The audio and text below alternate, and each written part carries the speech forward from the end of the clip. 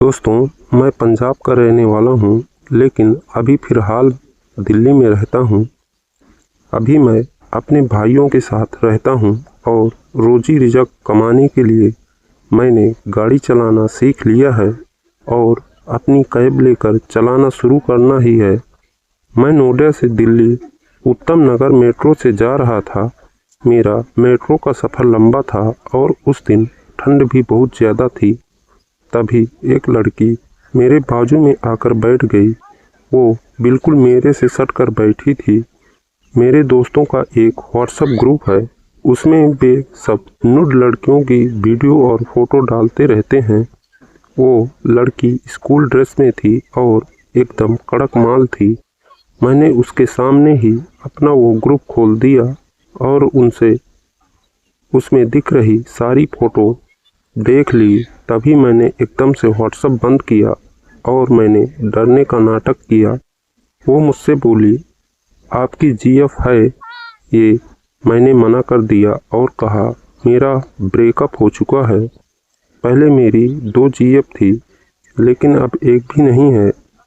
हालांकि मैं उन दोनों के साथ गपागप कर चुका हूँ। ये सुनकर वो थोड़ी शर्मा गई। मैंने अपने दोस्तों से सुना था कि अगर दिल्ली की लड़की आपसे हल्के से भी बोल जाए तो उससे एकदम फ्रेंडली हो जाओ, 90% काम बन जाएगा। वो शर्माई तो मैंने भी पूछ लिया, तुम्हारा तो बॉयफ्रेंड होगा? उसने जवाब में सर हिलाकर मना कर दिया। मैंने उसको वहीं पर ऑफ़र कर दिया, क्या मैं तुम्हारा बॉयफ्रेंड बन सकता हूँ? उसने सपाट सा जवाब दे दिया, जी नहीं, मेरे स्कूल के काफ़ी लड़के मुझे प्रपोज कर चुके हैं। मुझे ये सब अच्छा नहीं लगता। अगर मेरे पापा को पता लगा तो वे मेरी वाट लगा देंगे। मैं बोला, किसी को पता नहीं चलेगा क्योंकि मैं तुम्हारे स्कूल में नहीं पढ़ता हूँ।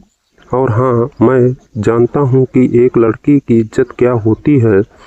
मैं तुम्हें पब्लिक एरिया में बिल्कुल भी नहीं मिलूँगा, क्योंकि कभी किसी ने देख लिया तो दोनों को दिक्कत आ सकती है।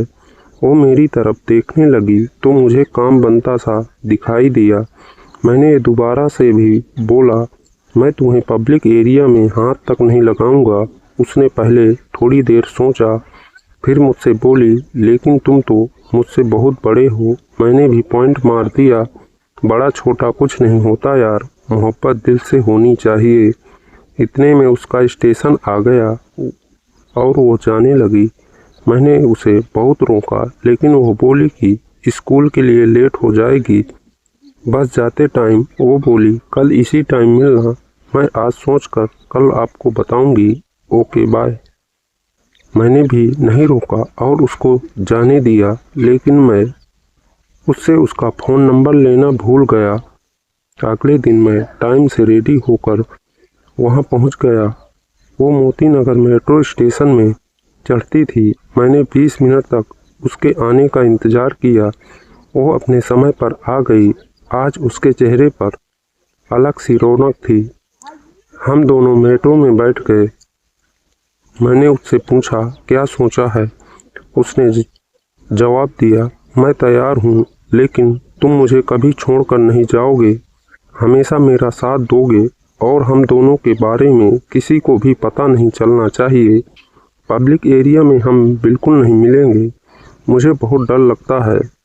वो ये सब कह रही थी कि मैंने उसका हाथ पकड़कर धीरे से उसके कान में आई लव यू बोल दिया। जवाब में उसने भी आई लव यू टू कह दिया। उसके बाद हम दोनों ने एक दूसरे के फ़ोन नंबर ले लिए। उसने अपना नाम आयशा बताया। प्यार से मैंने उसे आंसू कहा तो वो खुश हो गई। मैंने उसको रोकने को बोला, यार आज हमारे प्यार का पहला दिन है, आज तुम स्कूल में बंक मार लो। वो डर गई और बोली, किसी को पता चल गया तो? मैंने कहा, किसी को पता नहीं चलेगा। मैं स्कूल छुट्टी के टाइम पर तुम्हें घर पर छोड़ दूंगा। मेरे काफ़ी कहने के बाद वो मान गई और बोली, लेकिन हम दोनों 5 घंटे तक रहेंगे कहाँ पर किसी ने देख लिया तो? मैंने कहा, तुम डरो मत, मैं हूँ ना, भरोसा रखो। उसने कहा, ठीक है। फिर हम दोनों मेट्रो से बाहर आए। मेरा एक दोस्त होटल में रहता है। मैंने उसे कॉल करके रूम के लिए कहा, उसने रूम दे दिया। फिर 5 घंटे तक खूब मस्ती किए।